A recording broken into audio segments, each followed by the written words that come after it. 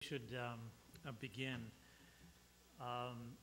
Some time ago, about 15 years, within the last 15 years, this issue of shrinking cities somehow emerged and became part of the urban policy debate in the United States. It's an interesting issue because you can go back many years before, like the late 90s. You can go back all the way to the 1950s, and you'll find that there are a number of major cities in the United States, places like Buffalo and Cleveland and Philadelphia and St. Louis, and second-tier cities like Camden and Bridgeport and Scranton that have been losing jobs and losing residents for decade after decade. And at the same time, there have been a whole series of policies and programs that have been devised to try to stem the disinvestment and population loss from these cities. Now, what's sad about all this is that for the most part, these efforts have been unsuccessful. And these cities that have been depopulating since the 1950s have continued to struggle with derelict industrial areas, with blighted central business districts, and also with depopulated and even abandoned neighborhoods. In the late 1990s, however, a number of events occurred such that planners and policymakers and elected officials and local elites began to rethink their approach to what was then called urban decline. Now, high on the list of these significant events was the recognition that in a number of these cities, and one of the most important ones here is Youngstown, Ohio, that in a number of these cities were unlikely to recapture the prosperity that they once had enjoyed. And consequently, what you had to do was to accept the fact that these cities were going to be less prominent. In short, planners and elected officials began to think not about how to grow the city, but how to shrink the city. And this is a huge policy shift, a very major policy shift in a way of thinking about urbanization. The goal came to be, the question came to be, how can we right-size the city? How can we bring it in line with its current employment base and its current population size? You know, if Pittsburgh is never going to be a city of 700,000 people, which it once was, how can it be a livable city of 350,000 people? And you can ask that question about all of these cities.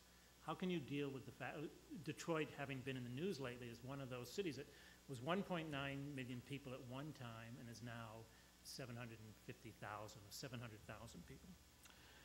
Now, the key to this seems to lie in these cities' depopulated neighborhoods. The thinking is, if the problem of abandoned housing could be solved, if households could be convinced to relocate from sparsely populated neighborhoods to more stable ones, if infrastructure and public services in nearly abandoned neighborhoods could be restructured, and if these now empty areas could be repositioned in development terms, then the city might be able to solve its image problem, reduce municipal expenditures and balance the budget, and in the end become once again, but at a smaller size, desirable to investors and households. The search was and is for some kind of regenerative urbanism that will turn these formerly booming manufacturing cities, and they're all manufacturing cities at one point, into less dense, more viable, and smaller cities. So tonight we have two speakers, Terry Schwarz and Laura Lawson, who have thought deeply and insightfully about the problems and opportunities of shrinking cities. Each of them, though, comes at this issue from a different perspective. Terry Schwarz is interested in how cities in transition, which is a phrase that's become fairly prominent in this debate, how cities in transition have the potential to take on different functions and thereby to remake themselves. Laura Lawson operates at a different spatial scale. She focuses on the spaces in these depopulated neighborhoods that hold out the promise for social connectedness and for political engagement. Now, before turning the podium over to them, after which we will sit over here at this table and we'll take questions from the audience, let me say a bit more about these two speakers. Terry Schwarz, who will speak first, is currently director of Kent State's Cleveland Urban Design Collaborative. In 2005, she had launched its Shrinking City initiative, focusing specifically on the sustainability of cities in transitions. One of her efforts along these lines she called Pop-Up City, a project that focuses on temporary uses of vacant and underutilized sites. In 2009, she won a Mid-Career Artist Award from the Cleveland Art Prize, and with Stephen Ruggieri, I think is how you say his name, has edited a set of studies of shrinking cities titled Cities Growing Smaller. And I would encourage you to go on TEDxCLE, where she has a nice talk on urban regeneration. Laura Lawson is a professor and chair of the Department of Landscape Architecture at Rutgers University, New Brunswick. From 2008 to 2010, she was the director of the East St. Louis Action Research Project, and she writes frequently on community gardens from a combined planning and design perspective. Two of the books she has written include Urban Community Gardens from 2009 and City Bountiful, A Century of Community Gardening in America, published in 2005. She's also written on civic gardens during the Progressive Era and the American Victory Gardening Campaign of World War II. Her teaching focuses on place-based design, community engagement, and multiculturalism. And with that, I'll turn the podium over to Terry. So you can. Great. Thank you. There are my slides. Perfect. Thank you. I'm really glad to be here. It always surprises and interests me when people from outside of Ohio are interested in these kinds of questions. My organization is the Outreach Division for the College of Architecture at Kent State, and so we're hyper-focused on the issues of the community where we're located, where we're embedded. Kent State is about an hour south of Cleveland, but in 1999, the Design Center, broke free from the main campus and moved into the city, moved into downtown. And since then, our design practice really exploded because Kent is a very rural place. It's a state university in the middle of the countryside. Cleveland is still, despite all the things that the city's lost, it's still a big city with big city problems. And by locating our center in the midst of it all, our design practice really grew in strange and interesting ways. Our organization functions as a nonprofit design consulting firm, and we also have the graduate program in urban design for Kent State. So we're part academic, part research, and part practice. So today I'm going to just show you some of the work, particularly around this topic of urban regeneration and loss. And I'll say that, at least for the last 6-7 years, the work we've been doing has been, first and foremost, an attempt to come to terms with the things that have been lost. In fact, all of Ohio's cities, except for Columbus, have lost substantial population since the 1950s. But Cleveland is losing population, has lost population. Peak population was over 900,000, and in the most recent census that just came out a couple of weeks ago, we dipped below 400,000, which was surprising. Not as surprising, I guess, as the demographic surprise that Detroit got to discover they lost 25% of their population in 10 years. But it's just important to note that population loss is not only substantial, but it's ongoing. And as design practitioners, we deal primarily with the physical outcome of that, which is vacancy. What you see on this map, the black line is the city of Cleveland. Everything in red is a vacant site. Those are just vacant parcels, and there are about 20,000 of them in the city of Cleveland. On top of that, there are probably at least 18,000 vacant buildings, half of which or so are vacant and distressed, most likely on the city's demolition list sometime in the next 5 to 10 years. So, and to put this in perspective, Philadelphia has about 40,000 vacant lots. Detroit has about 100,000 vacant lots. So it's a problem, it's a challenge, it's an interesting question from a design perspective of how you respond to these kinds of changes. A couple of years ago, 4 or 5 years ago, I guess now, there was an exhibition that came out of Berlin. Philip Oswald organized, and a couple of publications on this topic of shrinking cities.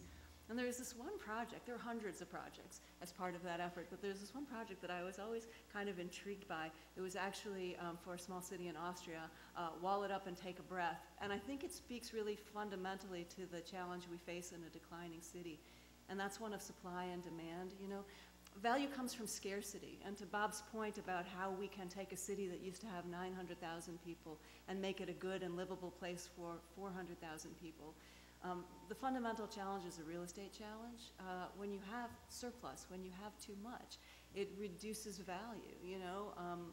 So anyway, Wall It Up and Take a Breath is exactly what it sounds like. For parcels in the city that are vacant and have no use for the foreseeable future, this architecture team proposed a solid masonry wall, 9 meters high, installed without any plan or intention or any date for the wall's removal. So it was just a way of taking surplus real estate and removing it from the real estate equation. Now, of course, if I went to City Hall in Cleveland and proposed this, they would, well, it would be preposterous. You know, the only people who would probably like it would be the Masons unions, and but I think it still speaks to something really important, which is that, you know, somehow we have to come to terms with this, because vacancy not only depletes value from the sites where it's most prevalent, but it depletes value from the entire city and the region. It's as simple as this, that we built too much and we sprawled too much, and we have too much, and it's that surplus that we're trying to wrestle with. So rather than walling it up and taking a breath, we've been working on a number of vacant land reuse strategies that in much the same way take the properties out of the development equation, but repurpose them for ways that produce some benefit. So we're looking in these kind of major categories of stabilization, ways that you can hold large amounts of land, 20,000 lots, or at least the 9,000 of them that are in the city's land bank. We have so much vacant land, we actually have 2 land banks in Cleveland. And it costs the city over $1 million a year just to mow the lawns. So can we come up with some stabilization and holding strategies that create a perception of stewardship and maintenance and control in a city that's becoming, in some parts, you know, increasingly wild and unpredictable? Then there's the idea of productive landscapes, ways of extracting some sort of economic return from vacant land. Energy generation is an area that we are just beginning to dabble in, but agriculture is you know, a big issue, a big objective of this work in Cleveland and in other cities in Ohio. And then the last category is probably the biggest one in terms of just the amount of land that could be diverted into these kinds of uses.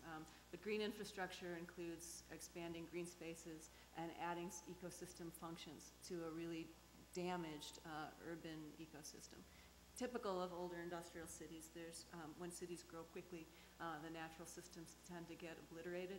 So this moment of weak demand is our opportunity to restore function to places where we can.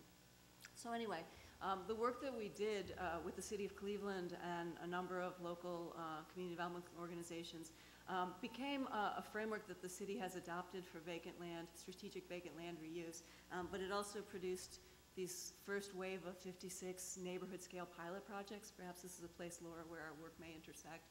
But these are very much at the neighborhood scale. It's about engaging residents into a new way of thinking about deployment of land in the neighborhoods and getting to that idea of stabilization and grassroots control. So the 56 pilot projects are really interesting and useful at the scale of community engagement and public education. But because the problem of vacant land is so big, 56 pilot projects out of a universe of 20,000 vacant lots isn't really enough to be transformative. So we're working on a couple of larger scale initiatives. This one is just starting. It's an urban agriculture innovation zone that you see on the right side of the slide in the dotted line. There are 3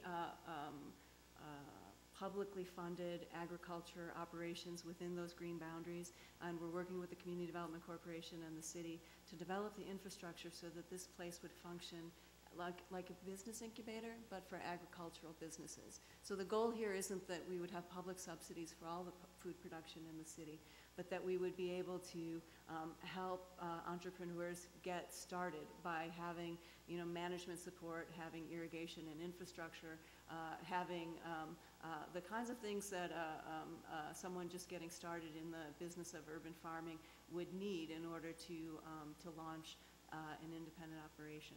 And so this work is going forward in conjunction with the regional sewer district, because there are lots of questions about stormwater management that interact nicely with questions of urban ag. Here's another one of the larger projects that's actually in place. This is the Ohio City Farm Incubator. It was developed by an organization called Refugee Response. The only population in Cleveland that's growing are immigrants and refugees. We have a growing, not huge, but growing Bhutanese population, people who kind of come to Cleveland with agricultural skills. So the idea behind the farm incubator was that people could grow food not just to feed their families, but the West Side Market, which is a food terminal very near this site, is a place where then this produce can be sold to create a revenue stream for the families. And the nice thing about the site is it begins to illustrate this kind of fundamental question of vacant land reuse, about making decisions where to build and where not to. This site's a really good example of where not to. It's right next to a very large public housing complex, and the site was originally intended for another large high-rise public housing development, but the site's right along the river. It's a beautiful site, but it's very unstable. In fact, at great risk of actually tumbling into the river, and so the housing authority decided not to build on it, and it became a pretty good site for food production because it had already been cleaned in anticipation of that housing development. Okay.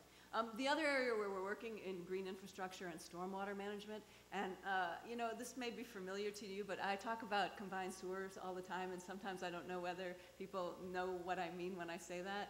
This challenge of combined sewer overflows is something that impacts almost all of the cities of the Midwest and Northeast, older industrial cities, you know, that developed in the last 100 years and grew their infrastructure in that window of time. New York has this, Buffalo has this. What it means is there's one trench, and there is stormwater that runs through, which you see in the outer area, and then the green line is where the sanitary sewage from toilets and sinks and the like would go. Now, it rains a lot, and when it rains a lot, the storm sewer overflows and takes the sanitary sewage and mixes it with the stormwater, and it all gets discharged into the lake.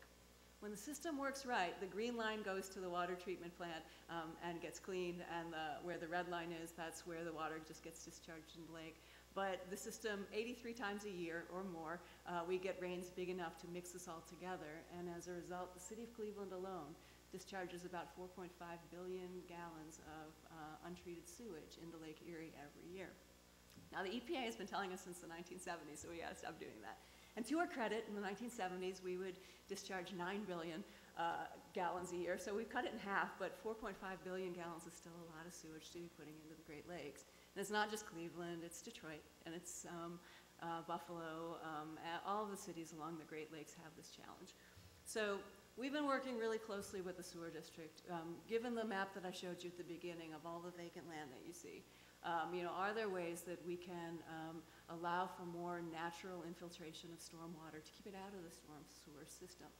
There's going to be a lot of gray infrastructure built over the next 25 years in order to comply with the Clean Water Act, but the sewer district's been our partner in this work, and so we're working on a lot of green projects. Some as simple as removing pavement. You know, when we've lost so much, one of the things we can do is scrape away roads, driveways, parking lots, unused buildings. This slide came from the sewer district, and I find it really interesting that the combined sewer system area covers 81 square miles. That's the city itself and a little bit of the entering suburbs.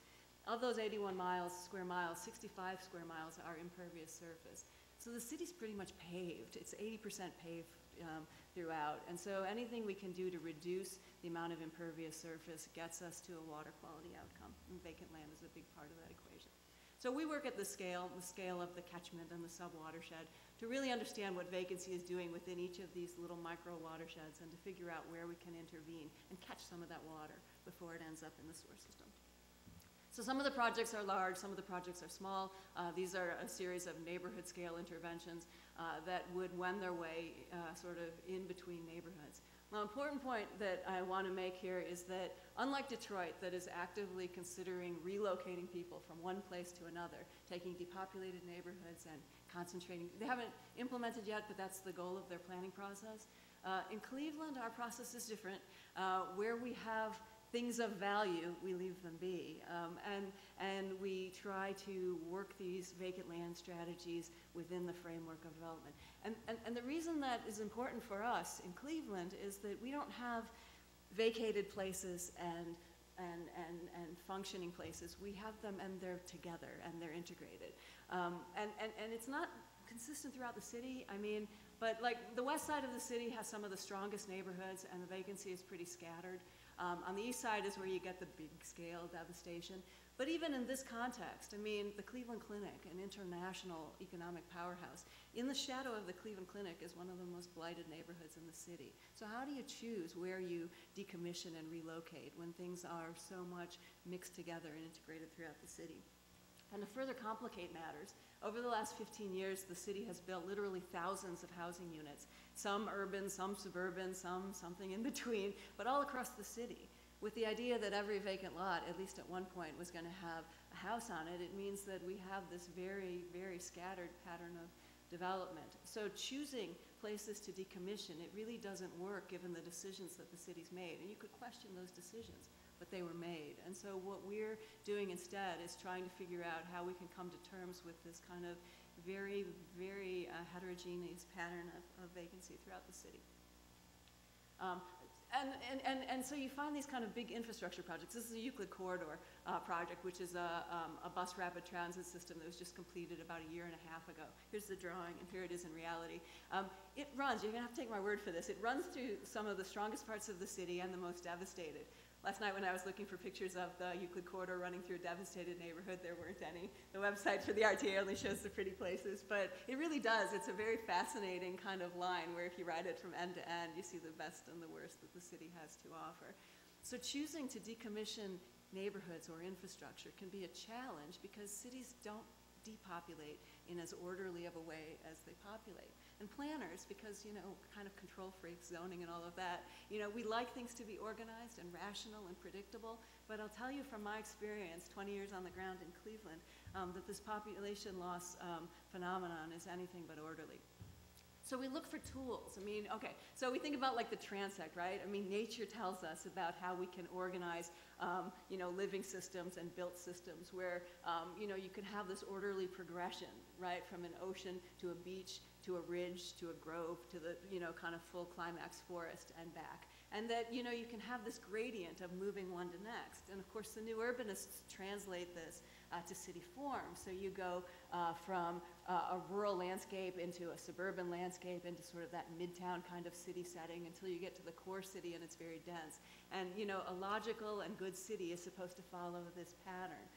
But in Cleveland and in Detroit, this is impossible or really difficult to accomplish. We don't have enough stuff to make this gradient happen in a predictable and smooth way.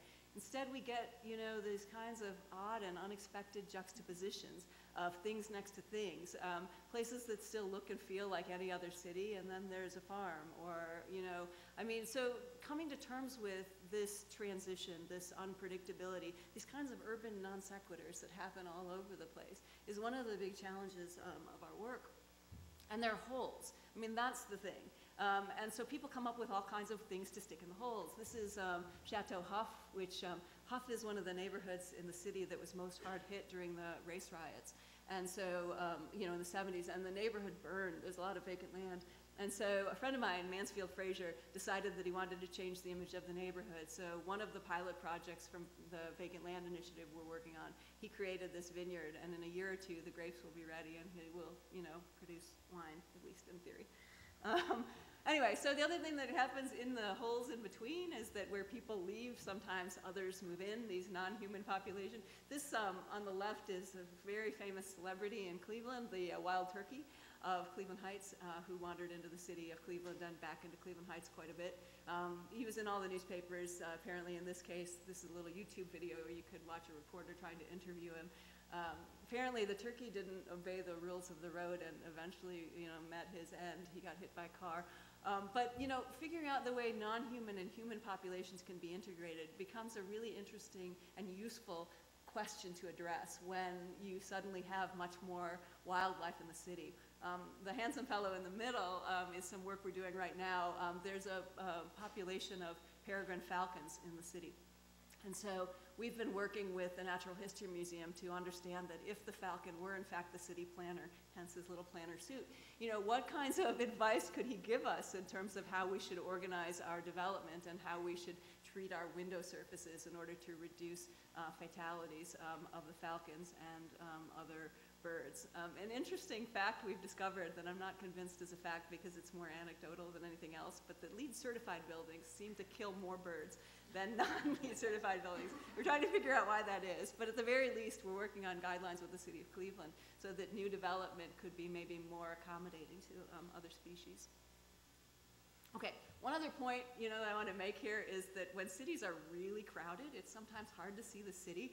You know, you can sense the city. I've noticed this today in New York. I'm not used to having all these people about because Cleveland's not like this. But you know, so you know, from the sense of the city where you are, but it's hard to make out the details because there's just so much going on, right? But in shrinking cities, we don't really have that problem. We have these kind of interesting, odd objects. There have been millions of people living in this place for hundreds of years. And a lot of them left, and they left things behind. So you can be in a city neighborhood, and it's usually like right here in Cleveland. In your peripheral vision, you'll turn and you'll say, why is there a suspension bridge? We only have one suspension bridge in the city of Cleveland. It goes across the Kingsbury Run, and it burned in the 1970s, so you can't actually cross it. In fact, you have to be really intrepid even to get to one end or the other of it. But it's still, if you look, you know, you can spot these kinds of things in places all around the city. And it's a place, Cleveland is becoming increasingly a place where, you know, the figure in the ground, the solid and the void, it's very pronounced because instead of having an object in the midst of a lot of context, you get these objects with kind of a stark contrast, this kind of lack of context around them.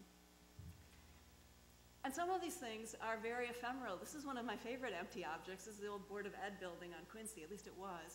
I went by there a couple of weeks ago and they demolished it without even giving me a little heads up. I loved this building, but it had no reason for being, and I knew it would disappear eventually. But while they're there, I mean, if we can, you know, kind of get out of the habit of following certain paths. Everyone in a city like Cleveland seems to follow these major arterials where you kind of know everything along it and you feel safe.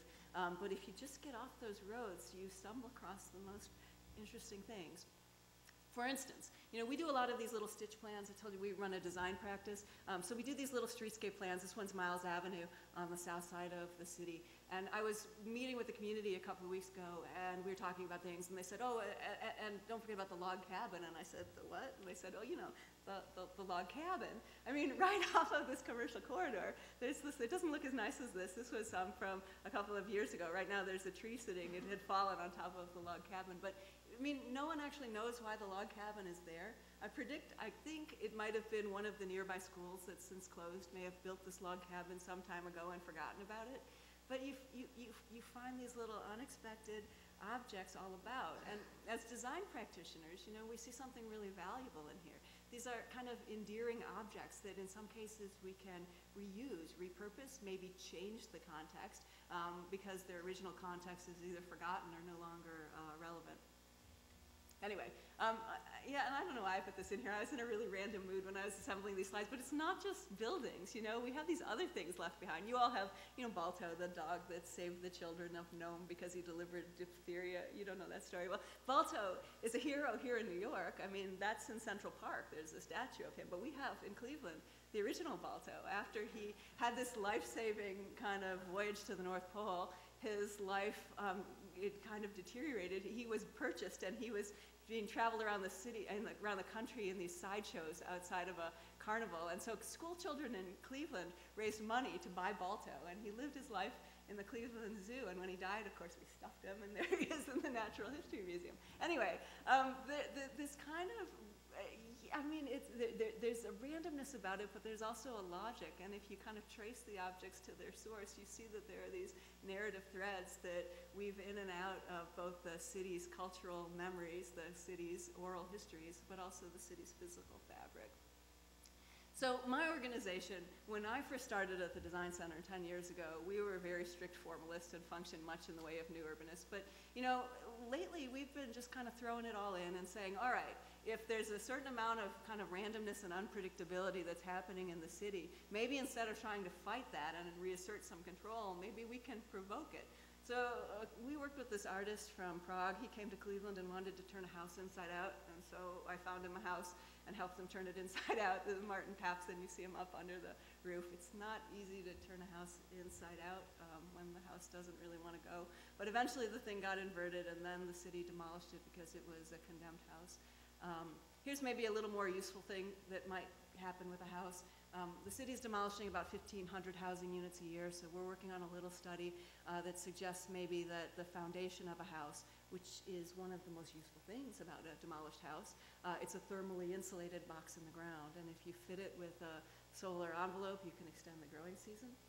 We're not sure. We know we can make it work architecturally. We don't know if we can make it work economically, but this is the section through it, and we're in the process of getting cost estimates to see if we can do a prototype.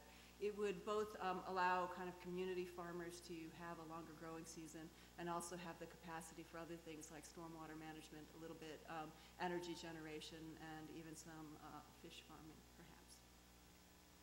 These are just some of the studies that show the temperature inside the box to see what kind of benefit we'll get. Anyway, another thing is that, you know, it's a pretty brutal place to live. Cleveland is. It's cold and it's depopulating and people are unemployed. So we also look for ways to insert these unexpected moments of comfort in the city. My colleague, David Jurka, you can maybe not pick him out in that picture down below. When he was in 4th grade, he learned how to make these boxes out of air, drop cloths, and a window fan. And so he's always wanted since 4th grade to revisit that architectural experiment. So we've been manufacturing these around the office with duct tape and drop cloths and planting them around the city. This one was for the Bright Winter Festival, which takes place in February, and it was a way of keeping the bands warm while they perform, because February in Cleveland is a pretty cold time of year. Another example of a thing that's left behind. We have a lot of these little pedestrian bridges that cross the freeway, and they're mostly horrible and largely unused. So we engaged some artists to make it comfortable, at least for a night. This is Wes and Alex, and they turned it into a living room. And for a night, we had thousands of people walking back and forth across the bridge. And then after it was over, ODOT made me clear all that stuff out, and it's gone back to being what it was before. But for a night, it was pretty fun. And then this is one we're trying to make work on a little bit of a more long-term level. The picture you see in the upper left is a postcard of the Detroit Superior Bridge in its heyday. It was a 2-level, still is a 2-level bridge, but these days people only use the top level. That's the car level. In the 1950s, the lower level was vacated because it was where the trolley line ran, and we decided in the 1950s we didn't need trolleys anymore. So we've been trying to get this space back on people's radar screens with some environmental graphics. This is just the drawing. We actually made this arrow for a time, and inserting some moments of comfort along the bridge. It's about a mile long. And some landscape. This is a little landscape platform on wheels. There's some of my students building it. Yeah, the county engineer wouldn't let us do this, but I thought it was a really good idea. Anyway, so when we had the bridge up and running, it attracted about 8,000 people over the course of the weekend. And we are now working with the National Endowment for the Arts to see if we can turn this into a permanent year-round space for Cleveland. One last thing. I probably have gone too long. I apologize. The idea of all these sort of objects, these objects may feel random and such, but so we're working on this project called Cleveland Stories in order to unearth and maybe invent some new stories about the city that can help to thread together some of these random occurrences and these interesting objects that are dispersed around the city. So we've got an exhibition up right now at the Cleveland Institute of Art, and then we're going to publish a book a little later this summer that collects all of the stories that we found and see if we can translate some of them to actual physical places in the city. So anyway, you can get all of our publications here, and I'd be happy to give you or mail you paper ones if you prefer, but our website has everything we have and you can download them. Thanks a lot.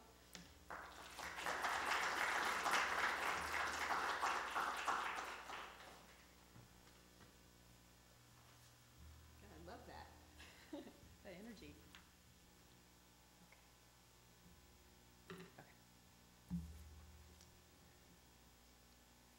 Good evening. Good evening. Okay, there you go. Okay. This is going to change a little bit, so just be kind of ready for a different kind of voice. I'm going to start with a couple stories. This is Mrs. Drake.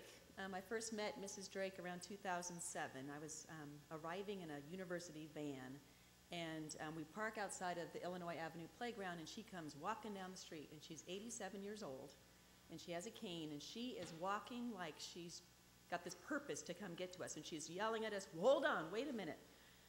So she wants to talk to us about this park, and the main thing that she wants is she wants this sign repainted. She tells us about it. Back in 1987, she had worked with a bunch of different organizations, including the University of Illinois, to take a vacant lot and make it into a playground because there was lots of children in the area and there was no place for them to play, and she was really proud of this project.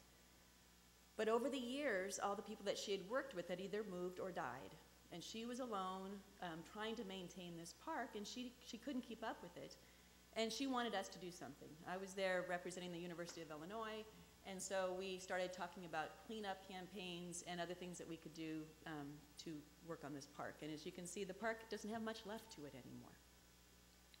And I'll return to Mrs. Drake in just a little bit. Another story is about Mrs. Beard. Same day, we go see Mrs. Beard, who's in the pink right here. She's a great-grandmother, and she's about this tall. And she moved onto 41st Street in East St. Louis when it was a tree-lined street and a middle-class community. And over the years, it had kind of, the street had basically become a gravel road. The trees had been torn down. There was a vacant lot behind her house along the railroad tracks that was a site of a lot of crime and a site of illegal dumping. And so she and a group of her neighbors had gotten together to first get their street repaved. And based on that success, they took over this vacant lot in the back. And we were working with them to develop a park for this site. And some really interesting debates arose about the residents' ability to maintain a park. This would not be the East St. Louis Park District. This would be neighbors maintaining a park for other people's children. And so the group just didn't know exactly what to do and kind of reframed themselves to start small.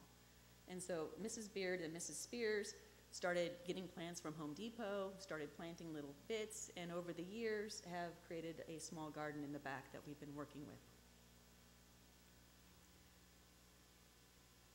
We like those kinds of stories. We like to hear about greening and gardening happening in low-income, depopulating communities.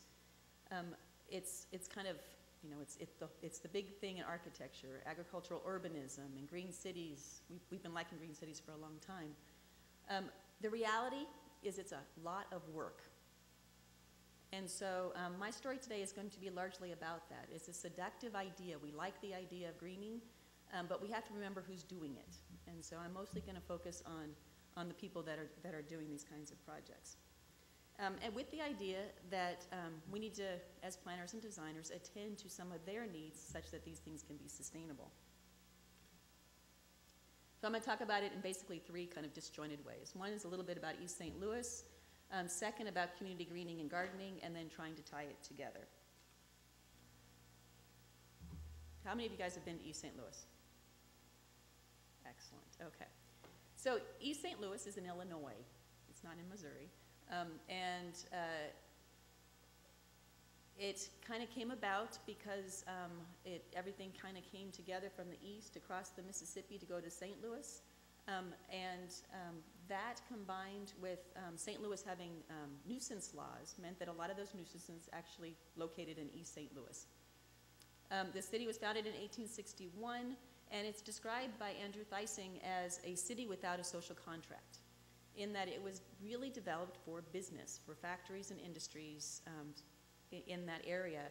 And while there were residential communities such as the Sunken Garden area, which is kind of the high-end area at one point in East St. Louis, it also, from the very get-go, had issues of corruption, had issues of its leadership being from a for-profit business kind of mentality, and a lot of racial tension being fomented in the area to keep wages low.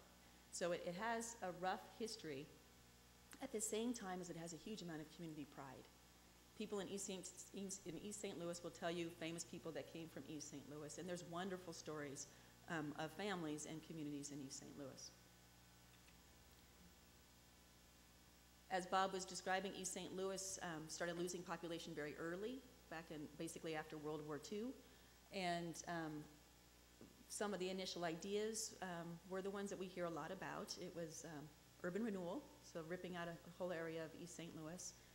Lots of plans. It was actually it won an American City Award in 1960 for basically some of its policies against corruption. And there's all sorts of architects and designers have come in and made all sorts of proposals.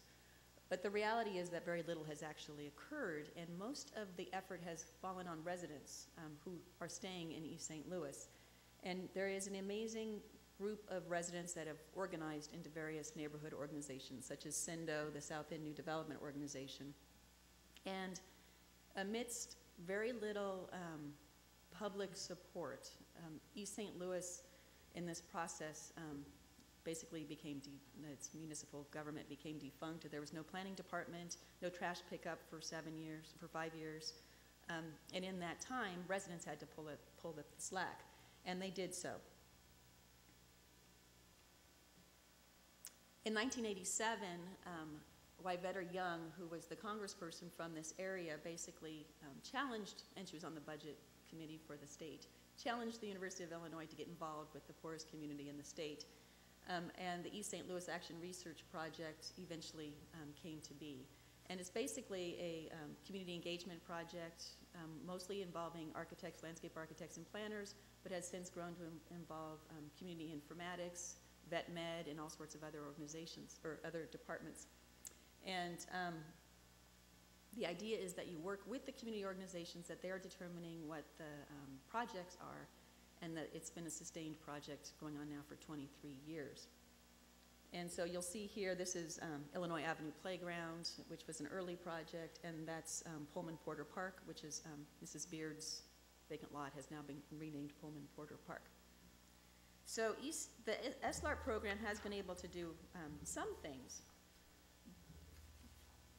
but with a limited amount of funding and support. So it's been a very small incremental elements. It's not been new housing, for example, or larger infrastructure projects. There's some serious issues about contamination, and there's a serious issue about just the demands put on residents to do all this work.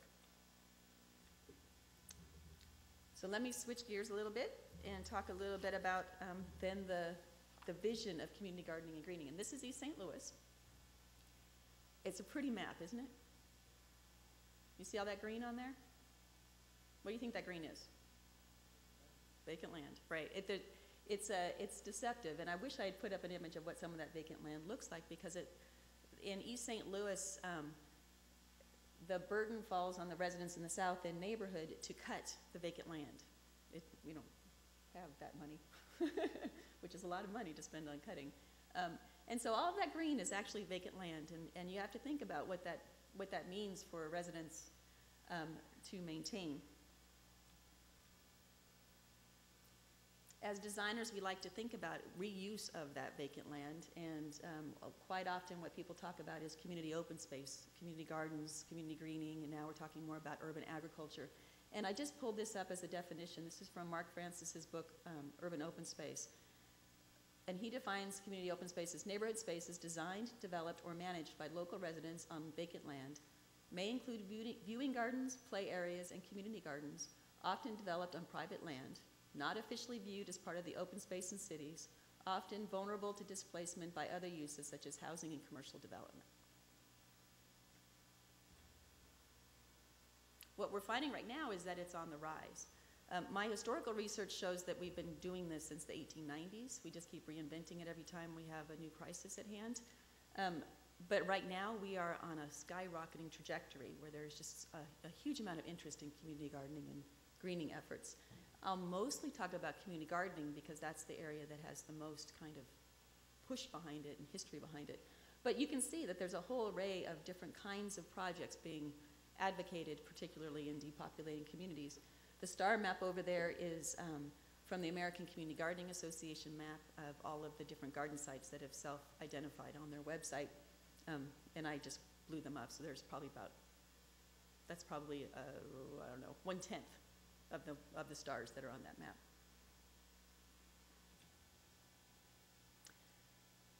So when I talk, and I should preface this, that I start this all, I'm a bit of a community garden activist, if you can't tell, and I am a gardener.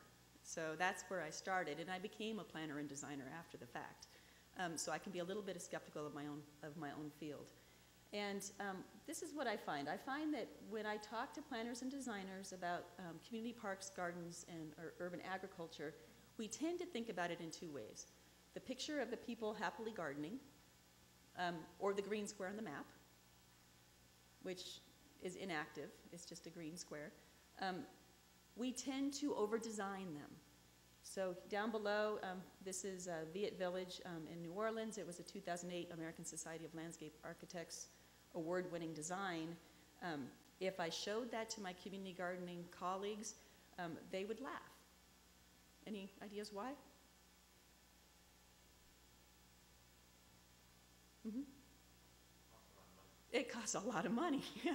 Most gardens are a very different thing. They're grassroots, they're finding materials, they're in kind. That road alone, Mrs. Beard wanted a running track on Pullman Porter Park, and we've been slowly putting in a running track, but we can barely keep before the kudzu. Kind of comes in right behind us as we're trying to maintain this. And so this is a really wonderful plan, but it requires a huge amount of investment to actually materialize. This is not going to be coming from the grassroots of a community. It's going to have some other resources at play. We know of a lot of benefits associated with community greening and community gardening. It's amazing in terms of the connection to nature, in terms of physical exercise, nutrition, self-esteem, environmental education. And in fact, this list, my first time I was doing some research on community gardening, I sent out a national survey. And I got good data, but one of my questions was, what benefits do you see your community gardening doing? And I had a list of things, and I said, check all that apply. And everyone checked everything, right? Which was a really bad survey question, but it was a really good indicator of what people thought these gardens were doing. And so we conflate all of these benefits into the gardening, and my question is always going to be, but for how long? How long do we intend these benefits to help a community? The reality is that it's a huge amount of work. And unless you can really show a return on investment to the gardeners themselves, it's not going to be a very sustained project.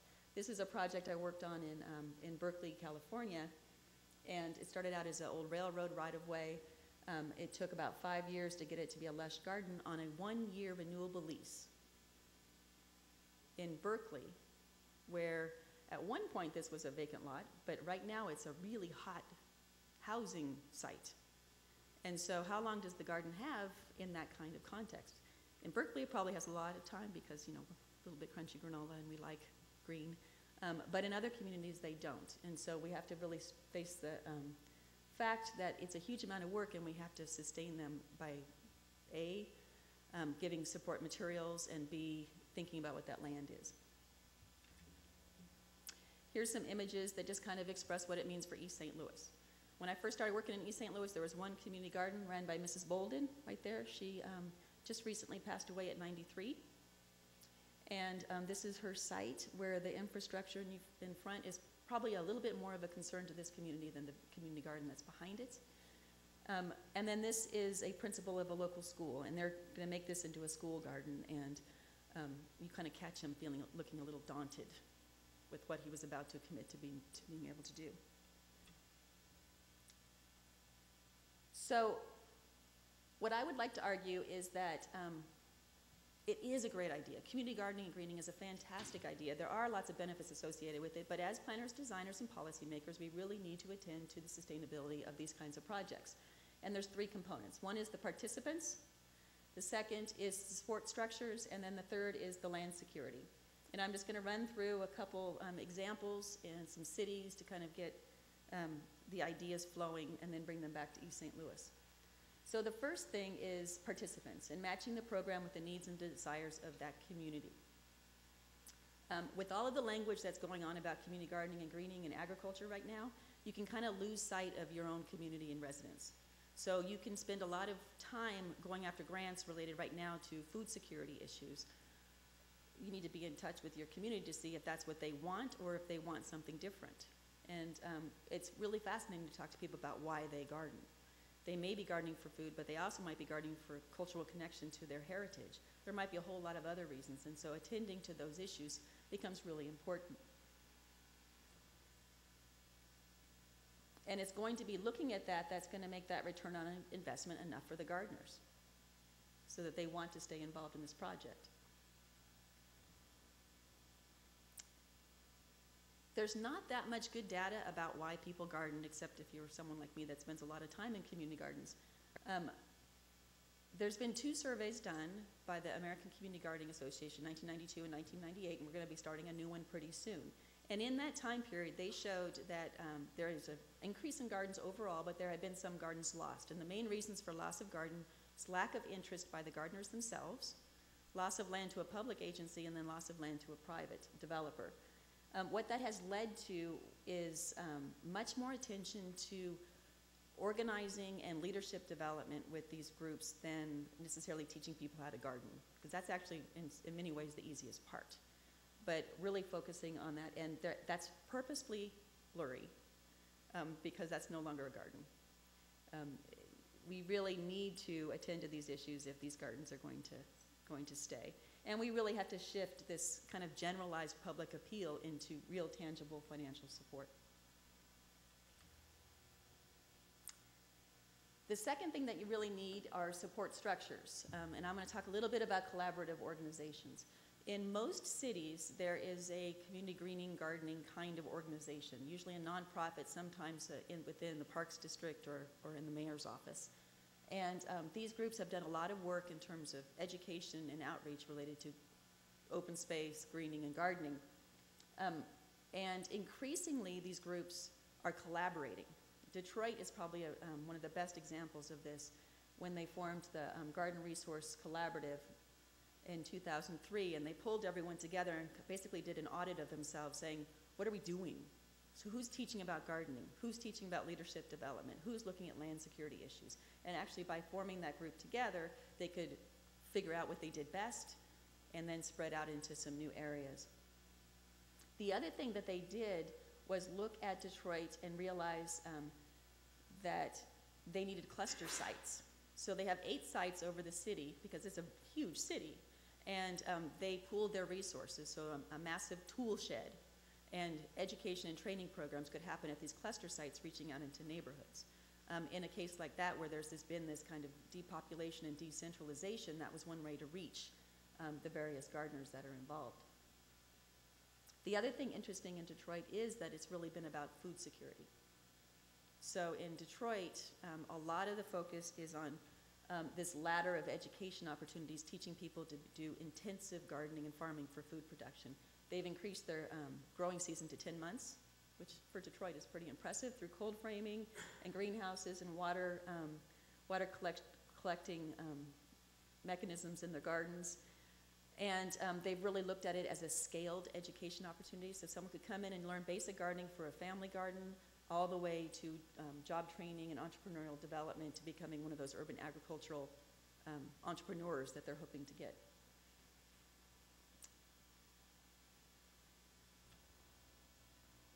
Now, funding is a difficult issue, and a lot of these programs run on very little funding.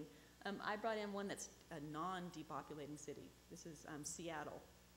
Because in some cases, in some neighborhoods, there will be revitalization, and I want to bring up a totally different way of looking at it. In Seattle, they have a very strong community gardening and greening community. They also have really strong municipal support. And so if you go to visit a garden in Seattle, it looks nothing like a garden in Detroit or East St. Louis, because they're largely looked at as community open space. And they have a neighborhood match program so that your sweat equity can be used as a match to municipal funds, to put in arts, to put in education programs, to put in all sorts of different things. And so by investing in these sites are now able to do more and more and more. The third element is land. And just, we're going to talk a bit about Detroit again. Detroit, you know, land has been an issue in Detroit for a long time, and the adopt-a-lot programs in the 1970s were one of the first mechanisms of getting people to take over vacant lots and put in community gardens and other things. And there are mechanisms for purchasing sites. But the basic attitude is there's so much land, who's worried about having enough? And so most of the organizations in Detroit are not looking at land tenure issues. They're not concerned about who owns the piece of property as long as someone is taking care of it. And that's kind of right now fine, it's okay, except that some issues are emerging in certain locations where gardens are being, are on sites that are prime for development if they're doing this kind of cluster developments. The Hamps Farm proposal for a 70-acre subsidized for-profit garden really pitted kind of the community-based urban garden, urban ag group against the for-profit model. And kind of, is this a community-based effort, or is this going to be a commercially viable entrepreneurial economic development effort? And that debate is still ongoing. Chicago, on the other hand, is a very different kind of attitude about land. And again, Chicago is not a depopulating city overall, although there are some neighborhoods that are depopulating. And it has a lot of vacant land. It has a very strong mayor's support for greening and gardening, and a wealth of organizations that are trying to collaborate. But the context in Chicago is very different in that they're really struggling to collaborate still. Everyone has a different relationship with a different alderman, and there's Chicago politics at play, and so the garden groups are trying to meet and figure out what they do well together, but that's still in its infancy. But they have a program related to land, and that is Neighbor Space. And Neighbor Space was first set up by the city of Chicago, the Parks District, and the Forest Preserve of Cook County as a nonprofit land trust where public land that communities wanted to take over could be brought into that land trust and then supported. Neighbor Space is an amazing program in terms of what it's been able to do to secure 57 garden sites and to do this kind of bridging between the city agencies and the community organizations. So it's getting closer, but what's really interesting in Chicago is a lot of the Neighbor Space gardens don't grow vegetables. They were part of an adopt-a-lot program often in the 1970s and the early 80s, and they're native plant spaces, they're kind of neighborhood commons kinds of spaces, but no vegetable gardening. And so right now in Chicago, there's all these people clamoring for community gardens, which in Chicago are now being called allotment gardens to separate them from community gardens, which are actually community open space. So each place has its own different thing that's happening, and it's a very interesting kind of phenomena. The allotment gardens are happening in the Parks District more and more, and they're looked at as another recreational avenue like a dog park or tennis courts in a very different kind of mode than the community garden of Detroit or some other sites. So what does this mean going back to East St. Louis? East St. Louis is still is still struggling. I'm bringing up Detroit, I'm bringing up all sorts of cities at a much bigger scale, a lot more structural support for these kinds of efforts. In East St. Louis, the University of Illinois is still very much involved with these neighborhood organizations, and the city has gotten much better. The Parks District has gotten much better about kind of corporate sponsorship of gardens and parks and that kind of thing. So Illinois Avenue Playground has now been adopted by a local fraternity, and they're maintaining that site, working with Mrs. Drake. This is Kaboom that's gone in and replaced all of the playgrounds in the area. And you can see the ongoing work. But in terms of going back to this participant support structures and land, it's still really not clear in East St. Louis. The participants, the burden is still on the participants to do all of this work. And until we can kind of get that balance of kind of enough support structures for these groups, and then some kind of sense about where they're going with this land, you know, it's still a huge question, which leads, you know, to an ongoing concern about how sustainable these kinds of efforts are. And before we put a green square on a map, that we really think about how to sustain that within that community. And I'll end with this wonderful image. This is a picture from Detroit that I think captures a lot of what these kinds of gardens do. You make a resource, you make an opportunity out of trash quite often. And this is an old bed frame made into a bed for plants. So thank you.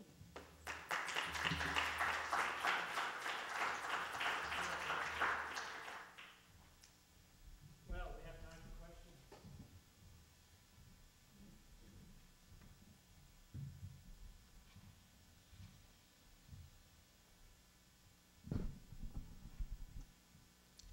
I'm curious, one of my solutions, I haven't been able to Ohio, for Youngstown, the Youngstown National Park, and among other things it might be that you could very quickly sell oil drilling rights if it were a national park. But the other thing that comes to mind as I look at the effort that seems to go into urban garden is with reforesting in the center. How nuts is that? There's been a lot of proposals for reforestation and, in various communities. It's not easy, though, because, a couple hundred years of urban development changes soil. So, Youngstown, Cleveland, these places before development were oak savannas. But to actually get trees to grow in urban conditions requires a management of the system. Some of the large-scale stabilization ideas we're working on look at how you can begin with sort of smaller-scale vegetation that begins to restore health to the soil, so that over time, much like any sort of landscape succession, you can get back to the forest. But to just go out, you and I could go out and plant trees all over Youngstown this evening, and a year from now, the majority of them would be dead. The soils are compacted, the microclimates have changed, and so you have to begin and kind of push the system back toward that direction, and it takes a lot of time. Unless you plant, we were talking about this earlier, unless you start planting big invasive species like Alianthus, a tree that will grow anywhere. It will grow out of upholstery. It will grow anywhere. But if you wanted to restore any kind of native forest ecosystem, it takes a lot of work.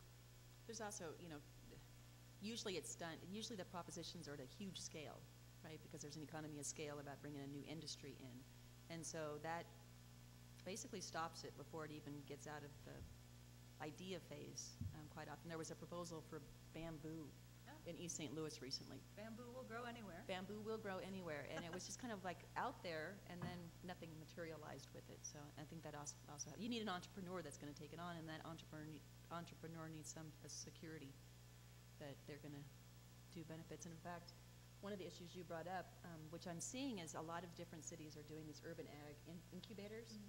And it's fascinating about what the issues are. So they just did one in Boston, and the city was they were like, okay, can they actually sell the produce?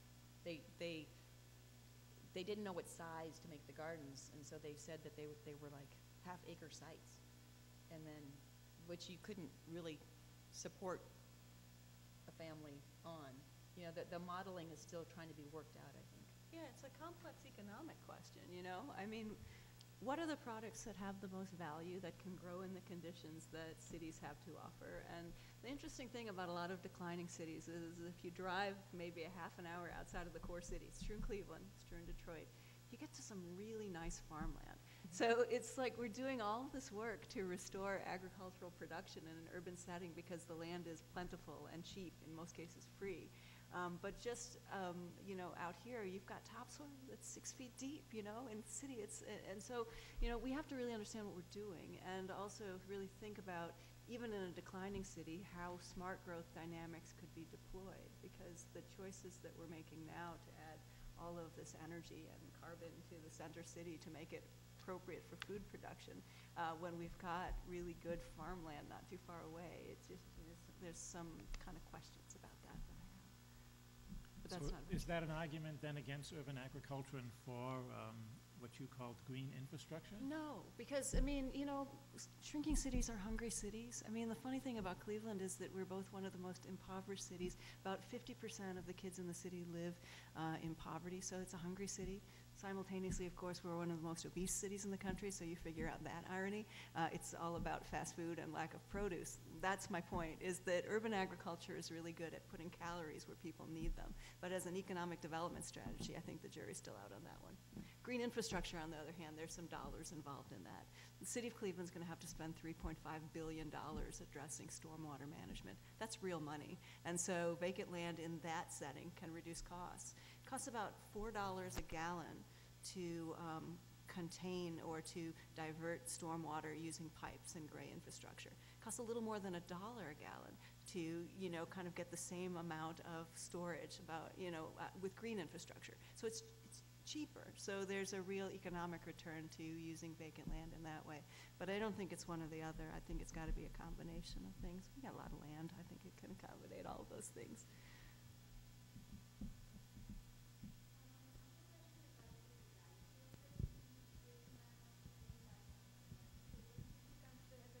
To actually use those land as community gardens? Well, in Cleveland it isn't the case, actually. Of the 20,000 vacant lots, at least half are in the public domain. Because what happens is people stop paying their taxes on property. And in some cases, if there's a house on the site, the city goes in and demolishes it as a nuisance and puts a tax lien on the property. So eventually, through a tax foreclosure process, the parcel ends up in the public domain. But there are some instances, like in Philadelphia, where there have been greening strategies deployed on privately owned sites. And I don't think anybody considers it a taking, in part because nobody was planning to do anything else with the site. So I haven't come across that issue as yet. Mostly because the land is not only without value, but in some cases of negative value. So people, even people who have an active ownership interest in a piece of property will often, allow a lot of things to happen because they have no other use for the property. Can it be transient in nature, as in that you have a vacant lot, it's still privately owned, but you have a garden just for one season? Would that be even feasible in whatever you've done till now? The main issue I want to make, though, is that a garden for one season is not worth it. Just like you're saying, the soil is terrible, and it's back-breaking labor, and after 5 years you get a nice garden. So you want to think about it in that kind of time frame at least. The programs that are really interesting are the ones that clean title for these kinds of sites. The land trusts and the other efforts that are at play to deal with the mess that's left over when people have left. In East St. Louis, one of the things that happens is a property becomes tax.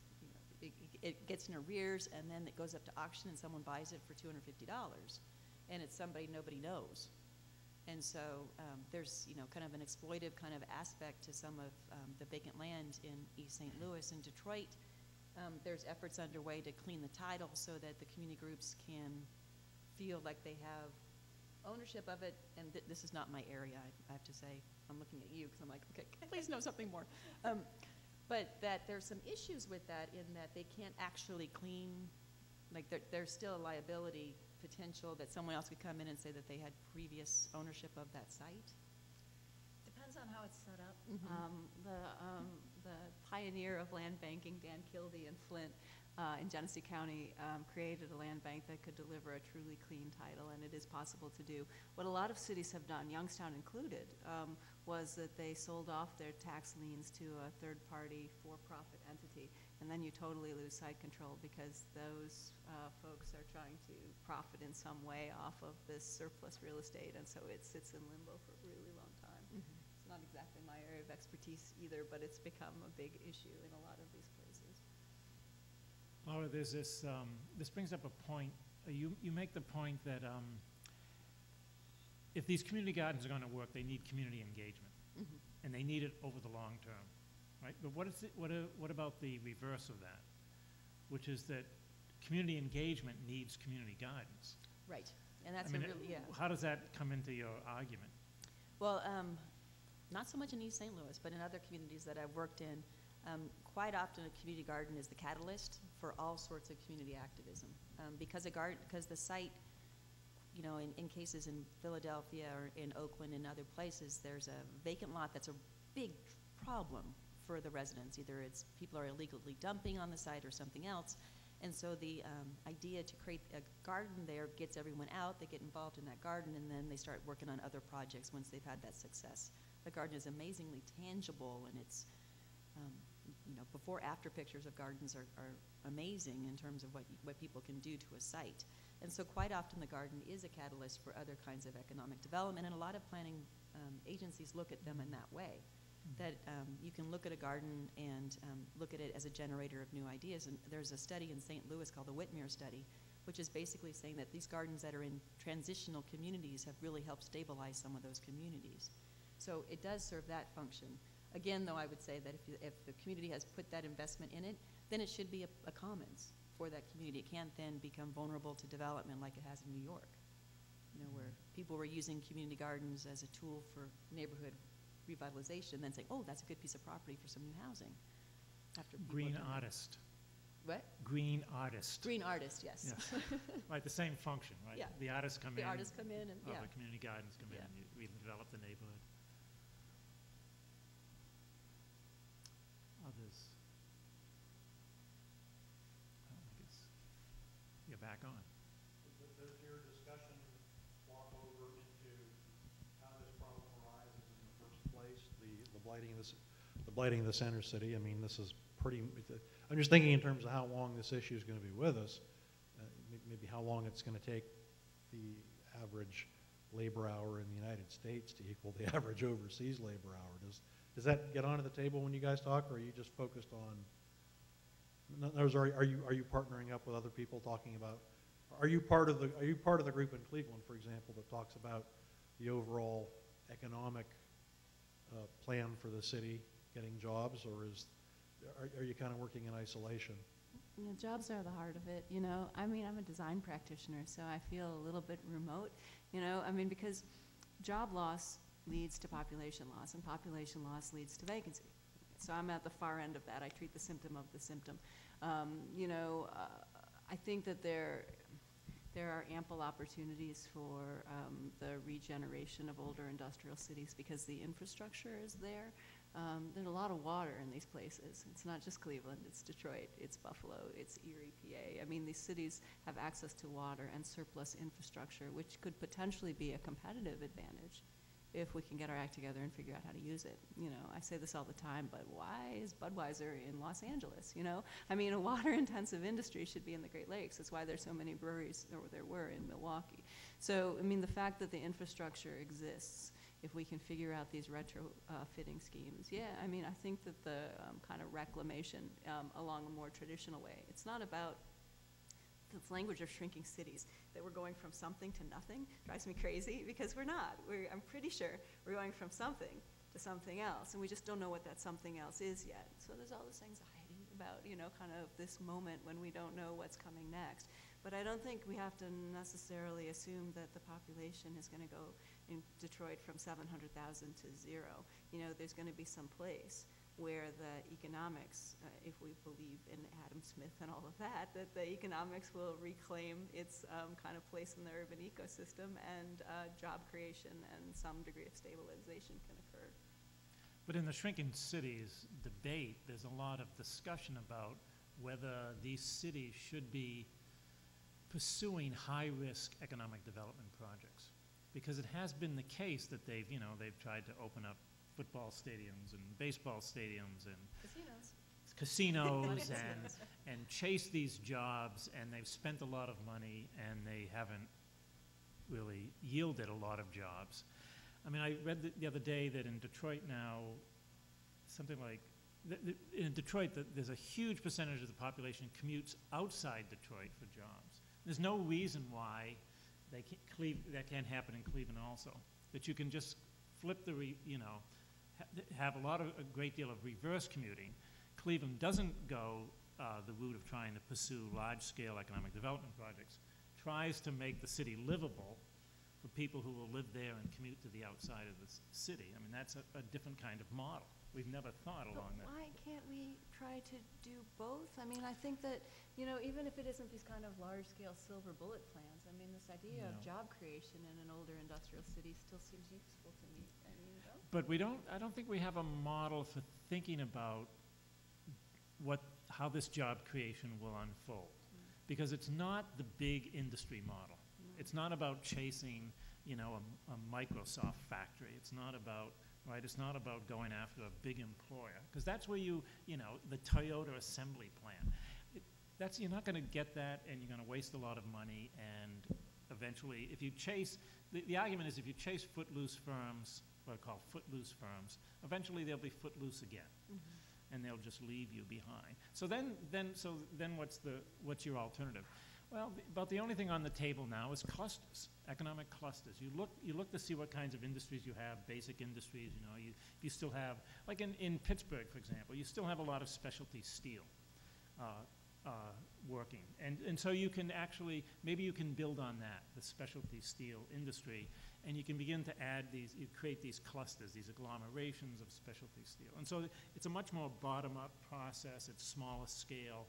And you're trying to build something which will be integrated into the community. But, you know, that's very hard to do in a lot of these cities. I mean, for all the reasons we know. I mean, there's cities that are just not that desirable to investors. And there are so many other options. What I really liked when you were talking was about people live in their communities for a reason, quite often. And Mrs. Drake and Willie Beard, they could have moved, and they didn't, because they're really proud of that place, and they're trying to make change. And, you know, all of the strategies that are about, you know, abandoning certain areas and then focusing on development kind of lose sight of the people that are choosing to stay in these kinds of places. We did an exercise with a group in East St. Louis one day using Sidney Brower's book, Good Neighborhoods, which has 4 models of what people like in neighborhoods. It was like urban and suburban and rural and one other I can't remember. And it was fascinating in terms of most of the residents had a nostalgia for East St. Louis back in the 40s or 50s. This particularly the African American section of East St. Louis at the time, which had doctors living in it, and it had vibrant schools, and it had that kind of thing. But they had a reality that would never come back. And so they were actually looking at the rural and the suburban models to try to figure out how to make it do so that they could stay in that place. And so I think there's also something about the economic development, about paying attention to how people's idea of place has changed in time, and that it won't be the East St. Louis of the 1920s, but it will be a different East St. Louis. And I think some of Cleveland's neighborhoods are kind of processing that too, that they're not going to go back to a density that they once had, but they're going to go back to something else. Maybe.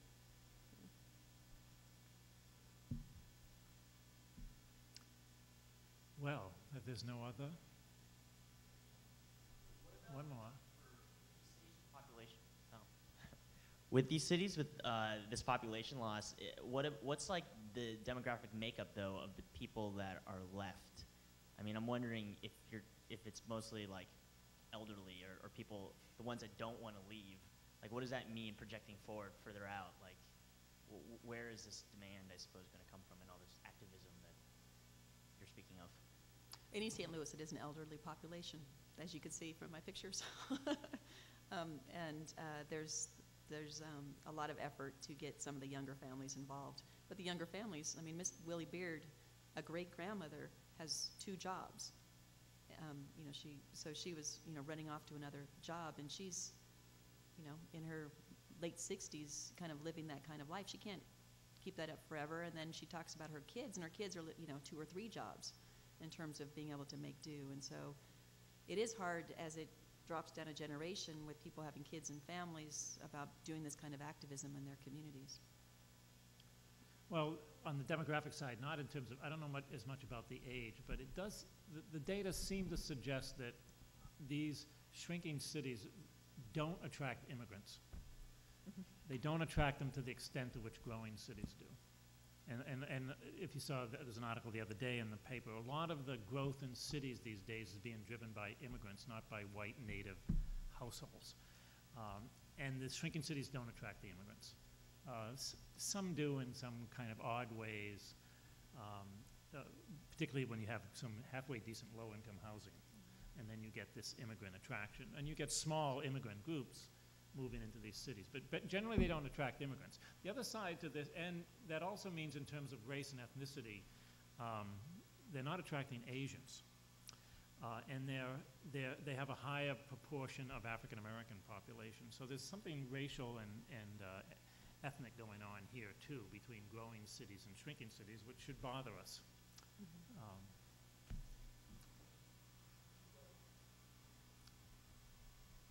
Just to follow on that theme, I spend a lot of time in Buffalo, and I always wonder why Buffalo doesn't try and invite, 500,000 immigrants.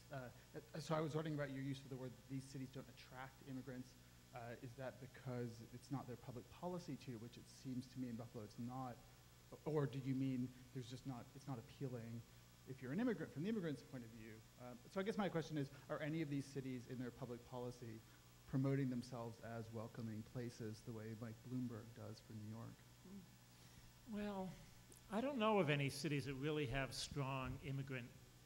No, there are a few small towns that have small immigrant attraction policies. There was one in Maine, I think, that actually went after a group of immigrants. I forget what nationality they were. But most cities don't do this. There are a number of cities that have anti-immigration policies. There's a little social movement from the far right that has to do with devising laws that enable you to keep immigrants out, illegal immigrants. The problem with that is that the illegal immigrants becomes all immigrants in terms of the actual behavior. So you have that. There was a state, the state of Iowa a few years ago had a state policy to attract immigrants because they were losing population. So, but there's not a lot of this. There's not a lot of this kind of immigrant attraction strategy. Well, the funny thing is that these shrinking cities, for the most part, were born of immigrants. Yeah, Yeah. There used to be more Hungarians in Cleveland than any other city except Budapest. So the cities have these kind of cultural histories of being ethnically diverse, immigrant-friendly places. But I think somewhere along the line, this kind of process got lost. And immigrants go where immigrants are because, you have family ties and such, so you go where you know to go. And so once you sever that stream of immigration, it's hard to get it back. Cleveland actually has a growing Asian population in 2 tiers. Because of all of the biomed and Cleveland Clinic stuff, we have affluent, well-educated Asian immigrants moving to be part of that infrastructure. But then there's also this kind of Asian enclave of restaurants and grocery stores and such that have attracted more working class Asian immigrants. But it's small compared to, the 1920s, when people were coming from all over the world to work in the steel mills or the various other options. It comes back to jobs as well. People aren't going to immigrate to a place where they can't be, gainfully employed. So it's challenging. But Cleveland actually has a welcome center for immigrants. It's going to open later this summer, and everybody's like super excited about it, as if, hanging up the sign is going to like open the door to the world. But, who knows? Every little thing helps, and at least it's a step that's saying, in a very public, policy-oriented way, that the city would welcome immigration. I think that it would be really useful to have more immigration in a place like Cleveland. And the immigration's tied to job creation too, because there's this belief that the immigrants create their own jobs. That is, they open restaurants to serve co-ethnics. They open travel agencies to serve co-ethnics, and therefore you get this it seems like magical, falling from heaven, that somehow they create the jobs and the rest of us can't. There's a little bit of evidence to support that, but not a lot. There was another. In some of the smaller upstate New York cities, Schenectady and Utica, for example, there was an article a few years back of the mayor of Schenectady actually walking the streets of Queens and saying, come to my place. I don't know to what extent it's worked economically, but it was rather interesting that there are substantial populations coming into there. But like I said, I haven't seen anything specifically on the what's happened in terms of any type of Right. The only example I know is this one town in Maine whose name I can't remember that had some success. Again, as Terry points out, if you start, there's something called chain migration, which is what she was referring to, right? Once you get the chain started, supposedly you get other people will come. One of the things we know about some of this, though, is when there aren't jobs, these are destination cities, and then they move on.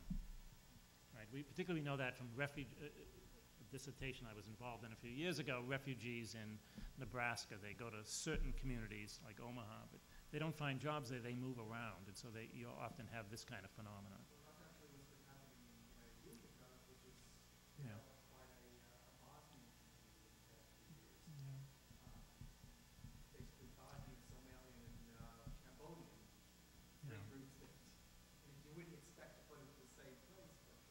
And Utica's been one of those cities and one of those metropolitan areas has been losing population for the last 50 years. It's really a dying.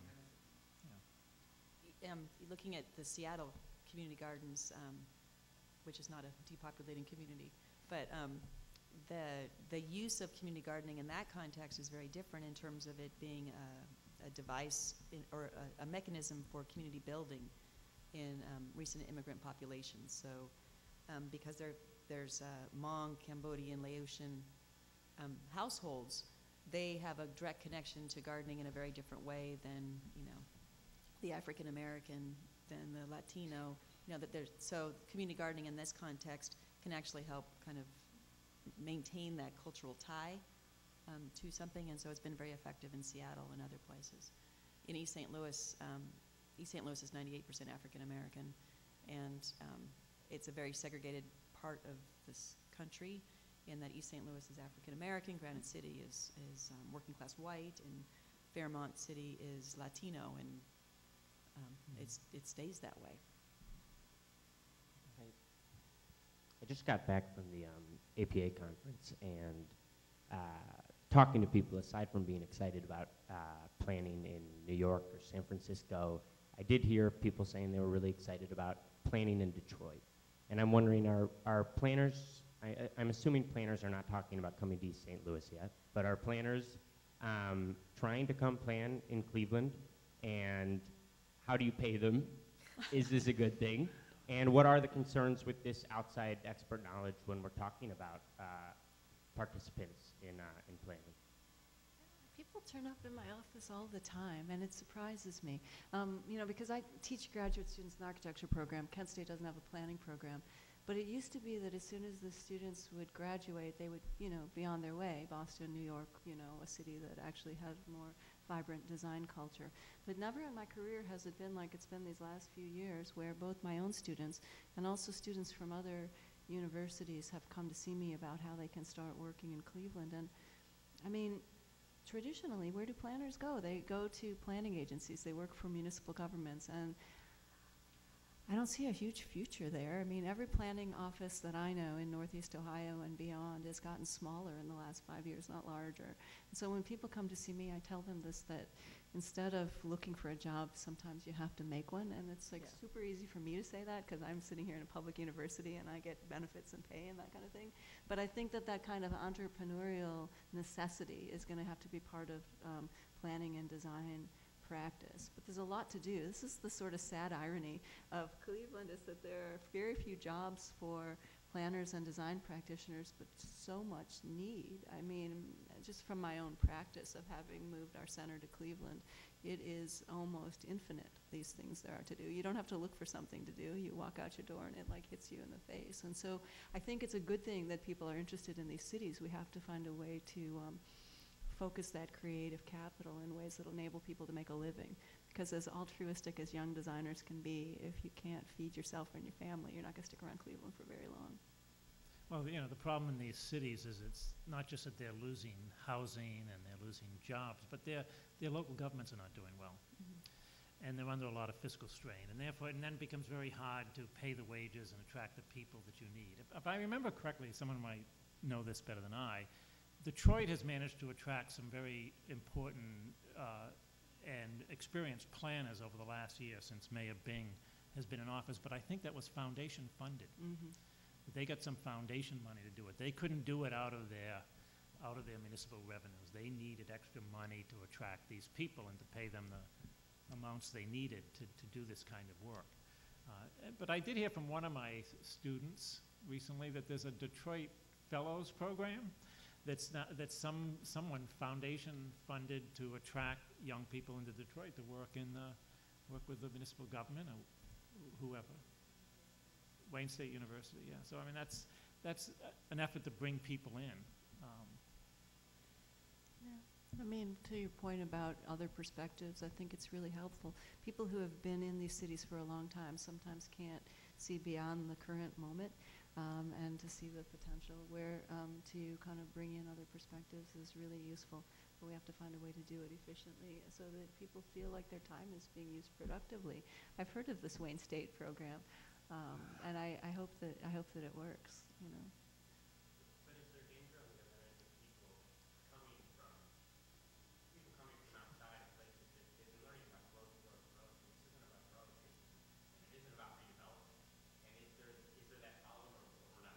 it's not about growth. I mean, this is the thing that I think we have to get past, is that there aren't shrinking cities and growing cities. There are shrinking and growing cities, every city.